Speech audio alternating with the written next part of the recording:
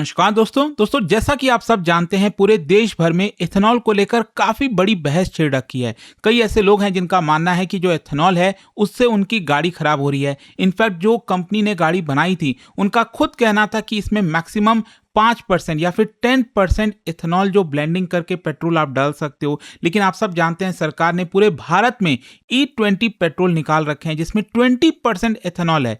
तो लोग परेशान हैं कि इतना हाई प्राइस पे कर रहे हैं पेट्रोल के लिए, उसके बावजूद भी माइलेज कम आ रही है, गाड़ी खराब हो रही है। लेकिन दूसरी तरफ सरकार का कहना है कि नहीं, ऐसा कुछ नहीं है, हल्का फुल्का फर्क आ सकता है, लेकिन ये हमारे देश के लिए इंपॉर्टेंट है।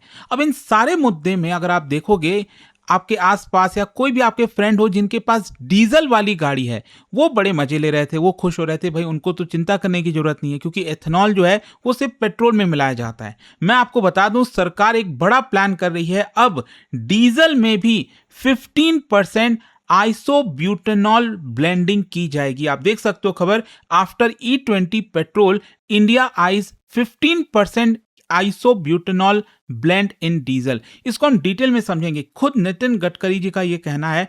तो यहां पर जानने की कोशिश करेंगे। एक तो मैं आपको यह बताऊंगा कि हम डीजल में एथेनॉल क्यों नहीं डालते हैं, ये आइसोब्यूटेनॉल कैसे डीजल में मिक्स हो सकता है, वो सब कुछ मैं आपको बताऊंगा। चलिए आगे बढ़ते हैं, लेकिन उससे पहले आप सबको बता दूं, हमारा नया यूपीएससी बैच 7 जुलाई से स्टार्ट हो रहा है। एक ऐसा बैच जिसके अंदर प्रीलिम्स, मेंस, इंटरव्यू सब कुछ की कंप्लीट प्रिपरेशन कराई जाती है। जब मैं कंप्लीट कहता हूं तो इसमें 18 बुक्स का पूरा सेट भी आपके घर पर भेजा जाता है। 1-to-1 mentorship, test series, revision. In fact अगर आप देखोगे तो यहां पर अनेकों फीचर्स हैं।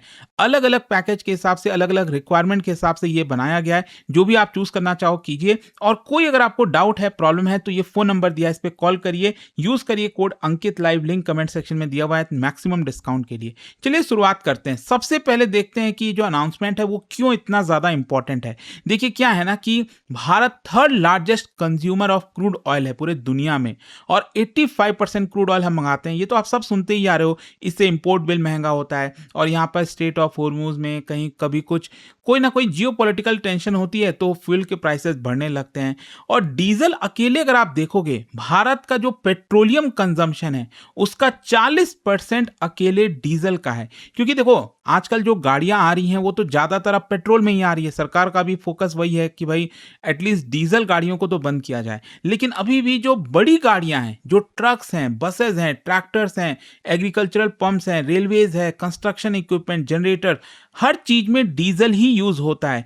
तो पेट्रोल तो क्या है ना कि आप सब जानते हैं भारत में ऑलरेडी E20 फ्यूल बिक रहा है, लेकिन डीजल अभी तक सिर्फ और सिर्फ फॉसिल फ्यूल के ऊपर ही डिपेंडेंट था। मतलब आपको 100% प्योर डीजल मिलता था। अब आपके पेट्रोल पंप आसपास वो मिट्टी की, तेल की मिलावट करते होंगे क्या, वो मैं नहीं बता रहा हूं, लेकिन एटलीस्ट सरकार की तरफ से अभी ये था कि 100% डीजल जो है वो मार्केट में बेचा जाता है। खैर यहां पर एक चीज समझिए, भारत की जो बायोफ्यूल जर्नी है, क्योंकि एथेनॉल ब्लेंडिंग का प्रोग्राम अगर आप देखोगे ये लाया इसलिए गया था ताकि पेट्रोल का जो इंपोर्ट है वो कम किया जाए, मतलब जो क्रूड ऑयल वगैरह इंपोर्ट है कम हो जाए, शुगर जो मिल्स हैं उनको सपोर्ट मिले क्योंकि एथेनॉल वहीं से बनकर आ रहा है, फार्मर की जो इनकम है वो बढ़ जाए, पोल्यूशन कम हो जाए। और एथेनॉल ब्लेंडेड पेट्रोल का जो प्रोग्राम लाया गया, और मुझे लगता है कि हमारे देश का शायद पहला ऐसा प्रोग्राम होगा जो समय सीमा से पहले ही हो गया। मतलब आप सोच के देखो, 2026 का टारगेट दिया गया था, E20 हम अचीव करेंगे, सरकार ने 2025 में ही उसको अचीव कर लिया।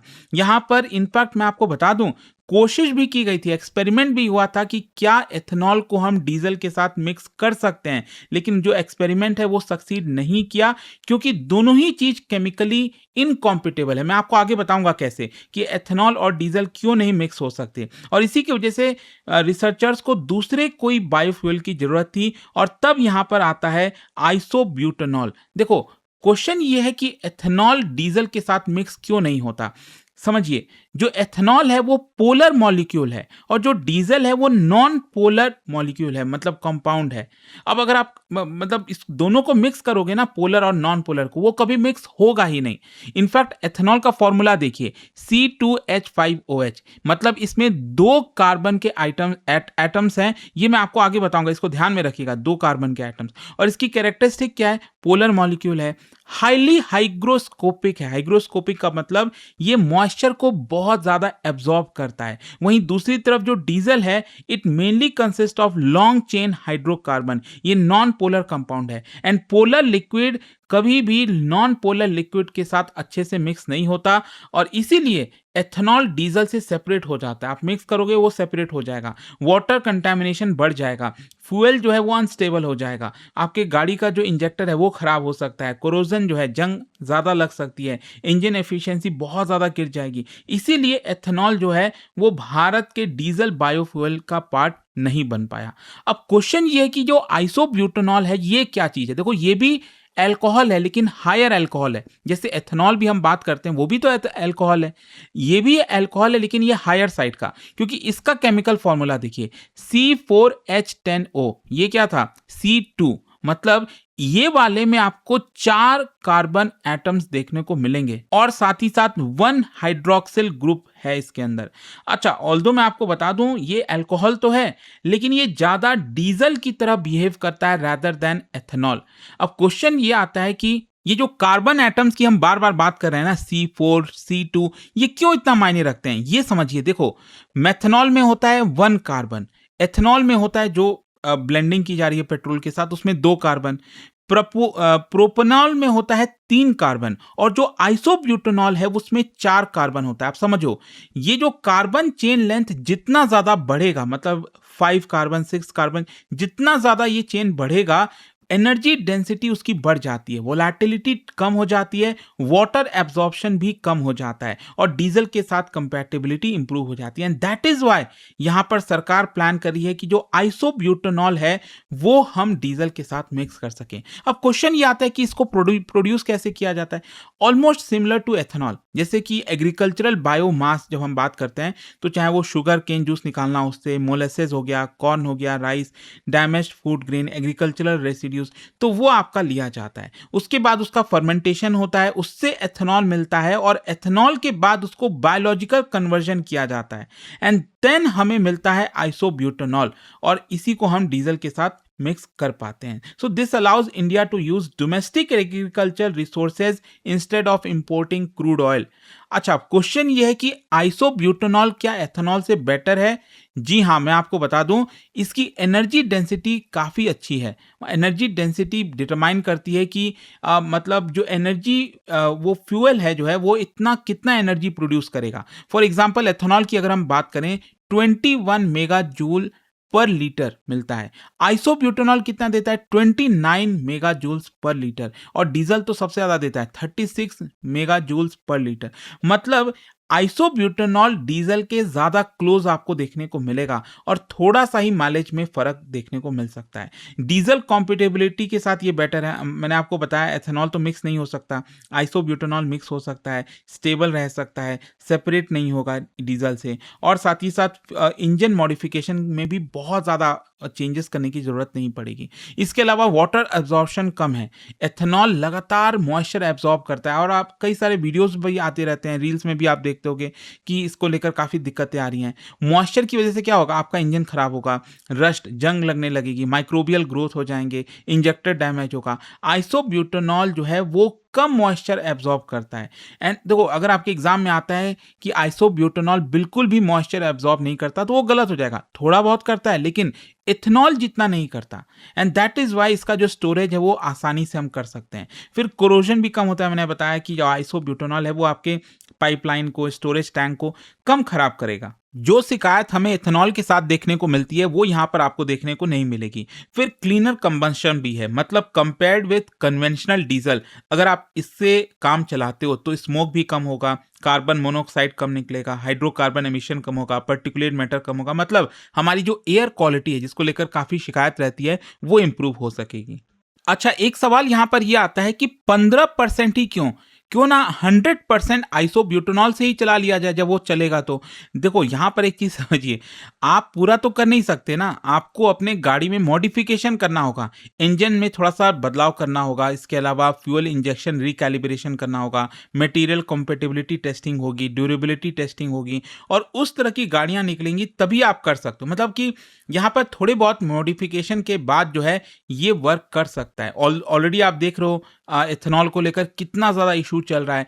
यही शिकायतें आ रही हैं कि सरकार ने बिना टाइम दिए ही यहाँ पर E20 फ्यूल पर चलेगा। एटलीस्ट सरकार को ये देना तो चाहिए था ऑप्शन कि E10 वाला कर लो या फिर E20 वाला, क्योंकि ज़्यादातर गाड़ियाँ जो आई थी पहले वो आपकी E10 कॉम्पिटेबल थी। 2023 के बाद से जो गाड़ियाँ आई हैं वो E20 के हिसाब से हैं। तो ये कैसे होगा? अब पुरानी गाड़ियों का क्या? अच्छा, पायलट प्रोजेक्ट भी है। मैं आपको बता दूं, जो यूनियन मिनिस्टर हैं नितिन गडकरी साहब, उन्होंने कहा है कि इसका पायलट टेस्टिंग हुआ है। इनफैक्ट 100% एथेनॉल और 100% आइसोब्यूटेनॉल से जनरेटर सेट्स को चलाकर देखा गया है। और जो गवर्नमेंट है वो यहाँ पर अभी के लिए 15% आइसोब्यूटेनॉल की तरफ जाएगी ताकि ये इजीली अचीवेबल हो सके। एंड पायलट डेमोन्स्ट्रेशन जो है वो उससे हमें और ज़्यादा इंकरेजमेंट मिला है, जिसकी वजह से इसका जो अडॉप्शन है वो बेटर हो सकेगा। अच्छा, इसकी वजह से कई इंडस्ट्रीज को भी फायदा होगा। एग्रीकल्चर में शुगर मिल्स, मेज फार्मर, बायोमास प्रोड्यूसर, ऑटोमोबाइल में जो इंजन मैन्युफैक्चरर्स हैं उनको फायदा होगा, फ्यूल सिस्टम कंपनीज को फायदा होगा,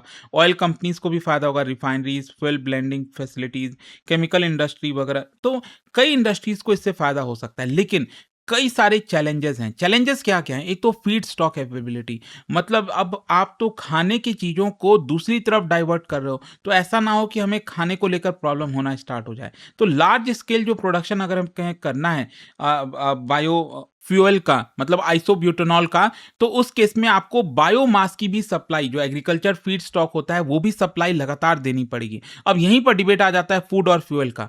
मतलब बहुत ज़्यादा फूड क्रॉप्स अगर हम डाइवर्ट करते हैं फ्यूल को प्रोडक्शन करने में, तो फूड के प्राइसेस बढ़ जाएंगे, जिसकी वजह से आम जनता परेशान होगी। प्रोडक्शन कॉस्ट, मतलब अभी तो क्या है, इनफैक्ट मैं आपको बता दूं, आइसोब्यूटेनॉल का कॉस्ट अभी डीजल से भी ज़्यादा है। लेकिन हाँ, जब ये स्केल अप होगा, जब ज़्यादा प्रोड्यूस हम करेंगे तो इसका कॉस्ट कम आ सकता है। फिर इंफ्रास्ट्रक्चर भी बनाना है। जो ऑयल मार्केटिंग कंपनीज हैं उनको नया स्टोरेज टैंक चाहिए होगा, ब्लेंडिंग फैसिलिटीज चाहिए होंगी, टेस्टिंग लेबोरेटरीज चाहिए। और साथ ही साथ सबसे बड़ा जो सरदर्द है वो यही है कि गाड़ियों का क्या होगा। जो व्हीकल्स हैं वो कॉम्पिटेबल होंगी क्या, उन्हीं में डाला जाएगा, सरकार ऑप्शन देगी। देखते हैं अब इसको लेकर क्या होता है। बट आई होप कि इस वीडियो के थ्रू आपको डिटेल में चीजें समझ में आ गई होंगी। और जाने से पहले एक बहुत ही इंटरेस्टिंग क्वेश्चन, क्या बता सकते हो इनमें से कौन कौन सी चीजों को भारत के नेशनल बायोफ्यूल पॉलिसी का हिस्सा बनाया गया है? और इसका जो राइट आंसर है आप सब जानते हैं, मेरे इंस्टाग्राम पर तो मिलेगा ही। वहां पर अगर आप नहीं हो कोई बात नहीं, टेलीग्राम से ले सकते हैं इसका सही उत्तर। और दोस्तों, जैसे मैंने आपको बताया, अगर आप यूपीएससी की तैयारी कर रहे हैं, कोई भी बैच चाहते हैं, आपको बस यूज करना है ये कोड अंकित लाइव, मैक्सिमम डिस्काउंट के लिए 2027 और 28 हर एक बैच के अंदर आपको कंप्लीट प्रिपरेशन कराई जाती है।